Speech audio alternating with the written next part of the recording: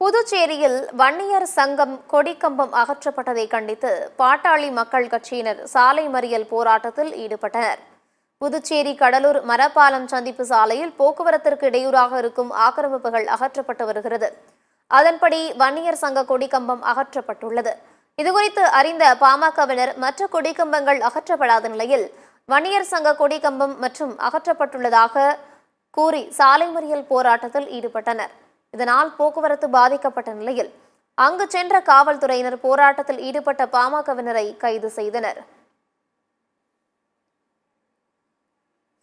புதுச்சேரி மாநிலம் என்பது மிகவும் அமைதியான மாநிலம், சகோதரத்தோடு பழகக்கூடிய மாநிலம். இந்த தினம் குறிப்பிட்ட அதிகாரிகள் ஒரு சமுதாய காழ்ப்புணர்ச்சியோடும் அரசியல் ரீதியாகவும் எந்தவித முன்னறிவிப்புமின்றி எங்களுடைய பாட்டாளி மக்கள் கட்சி மற்றும் பெரும்பான்மை சமுதாய வன்னியர் சங்க கொடியை அதிகாரிகள் அப்புறப்படுத்தியிருக்கிறார்கள். இது சம்பந்தமாக எங்களிடம் காவல்துறை அதிகாரிகளுக்கும் தெரியவில்லை. எதேச்சை அதிகார போக்கோடு இந்த அதிகாரிகள் என்ன செய்வார்கள்? ஒரு போராட்டத்தை தூண்டுகின்ற வகையிலே அந்த அதிகாரிகள் எங்களுடைய கொடிக்கம்பத்தை பட்ட பகலிலே பொதுமக்கள் முன்னிலையிலே அடியோடு சேதப்படுத்தி எங்களுடைய கட்சி கொடியும் அவமதிப்பு செய்துள்ளார்கள்.